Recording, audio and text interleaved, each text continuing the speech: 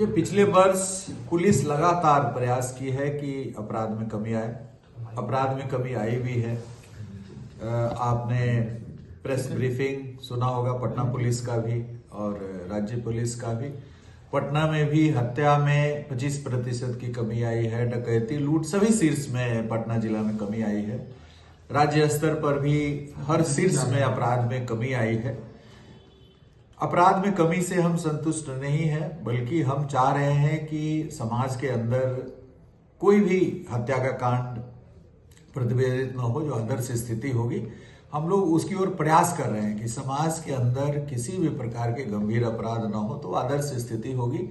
और धीरे धीरे आप बिहार के अपराध मानचित्र पर यदि नजर डालेंगे, दृष्टिपात करेंगे, तो आपको दिखेगा कि पिछले 20 वर्षों में लगातार हर शीर्ष में जो पारंपरिक अपराध शीर्ष है उनमें कमी आई है। नक्सल परिदृश्य पूरी तरीके से उन्मूलित हो चुका है। आपने अभी देखा कि पिछले सप्ताह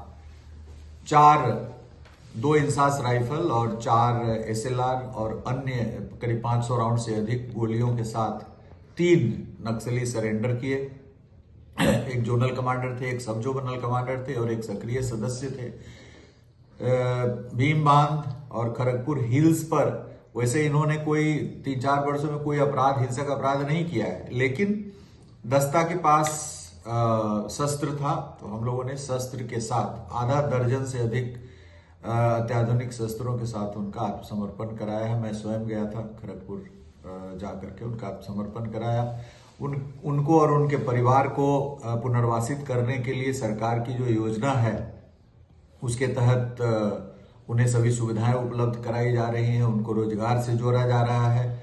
और जहां पर पूर्व में नक्सल वामपंथ का प्रकोप रहा है, वहां पर हम लोग प्रयास कर रहे हैं विकास एजेंसियों से जोड़ करके, सरकार की जितनी सारी विकास एजेंसियां उससे जोड़ करके, कि सभी प्रकार की योजनाओं का लाभ उनको मिले, ताकि वो पूरी तरीके से समाज की मुख्य धारा में आ जाए और इंटीग्रेट हो जाए। नक्सल परिदृश्य में बिहार अभूतपूर्व सफलता हासिल की है। 2005 के दौरान आपने देखा होगा कि जहानाबाद जेल ब्रेक कांड, मोतिहारी का मधुबन कांड जो दिन में 1 बजे हुआ था, तो काफी गंभीर समस्या थी और उसको बड़ी तेजी से हम लोगों ने पुलिस कार्रवाई और विकास के माध्यम से समाप्त किया है। अपराध में भी काफी कमी आई है। अभी हमारा चैलेंज है जो ड्रग्स का प्रकोप बढ़ रहा है, उस पर हम लोग तेजी से कार्रवाई कर रहे हैं। साइबर अपराध में प्रतिदिन कोई ना कोई गैंग जो काफी व्यापक रूप से साइबर क्राइम कर रहा है, उसका उद्भेदन हो रहा है। आपने देखा मोतिहारी में अभी कल एक बहुत बड़े गैंग का उद्भेदन हुआ है। तो प्रतिदिन साइबर अपराध में भी हम नई से नई उपलब्धि हासिल कर रहे हैं। प्रत्येक जिला में थाना गठन हो गया है। थाना का प्रभार DOISP रैंक के एक पदाधिकारी के पास है, जो बीटेक, ज्यादातर 40 में से लगभग सभी के सभी IT, इलेक्ट्रॉनिक्स, कंप्यूटर में बीटेक है और सभी DSP हमारे बड़े अच्छे कार्य कर रहे हैं। उसको और व्यापकता प्रदान करने के लिए प्रयास किया जा रहा है। साइबर वर्टिकल बनाया गया है। तो साइबर नारकोटिक्स में भी एक अलग वर्टिकल बनाया गया है, उसमें SP की पोस्टिंग की गई है।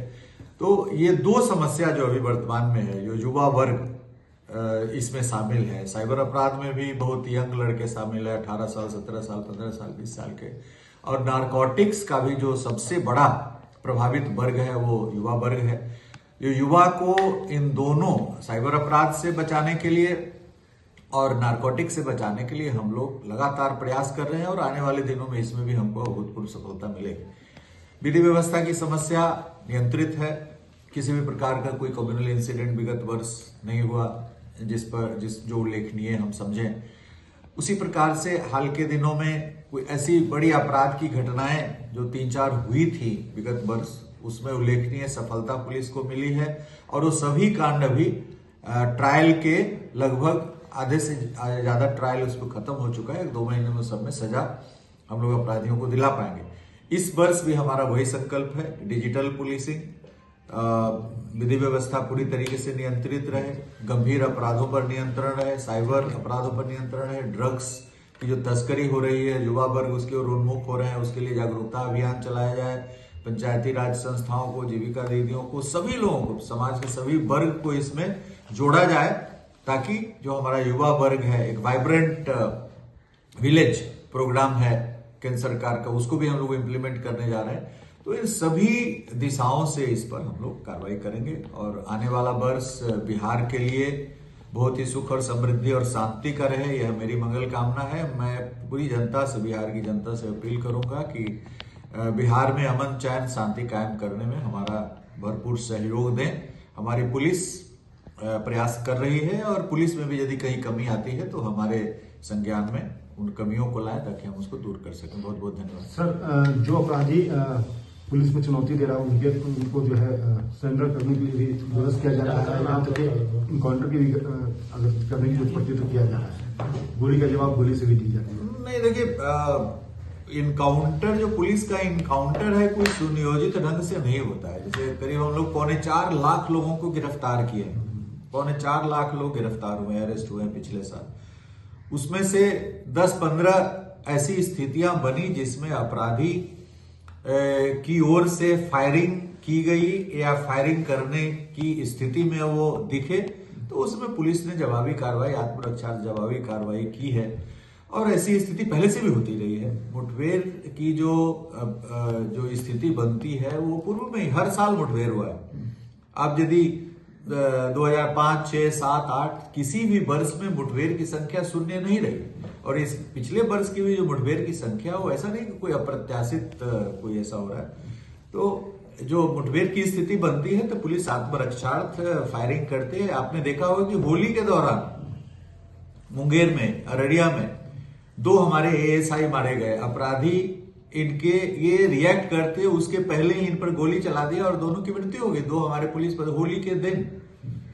तो यदि हम अपराधी उद्यत है गोली चलाने के लिए, हम नहीं गोली चलाएंगे तो फिर हमारे पुलिसकर्मी मारे जाते हैं। इसलिए आत्मरक्षार्थ फायर करने का प्रावधान कानून में है। तो ये कानून सम्मत तरीके से मिनिमम फोर्स यूज करके हम अपराधी की गिरफ्तारी सुनिश्चित करते हैं। और ये कानून के अंतर्गत ये प्रावधानित किया गया है कि किसी भी अपराधी को गिरफ्तार करने के लिए आप न्यूनतम बल का प्रयोग करिए। तो न्यूनतम बल, जैसे हम अपराधी फायर कर रहा है, अपराधी जिस प्रकार से पुलिस पर हमला करने के लिए उद्यत होता है, तो आत्मरक्षार्थ हम फायर करते हैं। कभी कभी हमारे पुलिसकर्मी भी घायल होते हैं, कभी कभी अपराधी घायल होते हैं, कभी अपराधियों की मृत्यु भी होती है। अभी एक बहुत ही पुराने नक्सली थे बेगूसराय के, दयानंद मालाका, काफी पुराने नक्सली थे, बाद में अपराध में भी सम्मिलित थे, तो मुठभेड़ में उनकी मृत्यु हुई है। तो अपराध की जो स्थिति है उसको दृष्टिगत रखते हुए हम लोग कमी लाने का पूरा प्रयास कर रहे हैं। और जो अपराधी जब पुलिस पे फायर करने के लिए उद्यत रहते हैं या फायर करते हैं, तो पुलिस आत्मरक्षार्थ फायर करती है, अपने जान बचाने के लिए फायर करती है। उसमें कुछ अपराधी कभी कभी घायल होते हैं, कभी कभी अपराधी की मृत्यु। एक आखिरी सवाल सर, कि जो बांग्लादेश बॉर्डर है या नेपाल बॉर्डर है, वहां भी काफी सुरक्षा तेज की गई है और 3 बांग्लादेशी पकड़े गए हैं। देखिए, जो अंतर्राष्ट्रीय सीमा की संवेदनशीलता बढ़ी है, इसके दृष्टिकोण से जो बंगाल से सटे हुए हमारे जिले हैं उसमें अतिरिक्त सशस्त्र बल की कंपनियां लगाई गई हैं बॉर्डर पर चौकसी बरतने के लिए।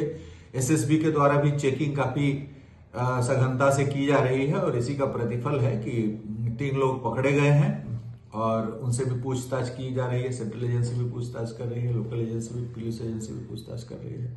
तो सीमा पर चौकसी बढ़ा दी गई। ठीक है।